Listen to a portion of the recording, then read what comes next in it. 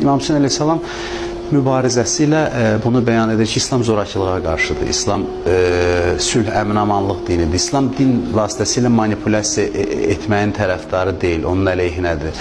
Və İmam Hüseyin əleyhissalama onun matəmini, əzadarlığını qeyd edən insanlar əslində zorakılığa qarşı olduqlarını ifadə edirlər. Çünki burada zorakılığa məruz qalan İmam Hüseyin və onun tərəfdarlarıdır. 6 aylıq uşaqdan tutmuş 90 yaşlı ağsaqqal insanlara qədər orada qətlə yetirilir və İmam Hüseyin əleyhissalam bunu bəyan edir ki, amallar uğrunda, yüksək dəyərlər uğrunda insan öz varlığını fəda edə bilər. Bu məqsədsiz ölüm, fanatizm deyil, bu bəlli bir məqsədlər uğrunda insanın fədakarlıq etməsidir. Özü də qeyd edir ki, məni iki yol ayrıcında qoyublar. Mən ya zəlilliyi qəbul etməliyəm, ya da məni savaşa vadar edirlər, amma bütün insanlar bilsin ki, zəlillik və alçaqlıq bizdən uzaqdır.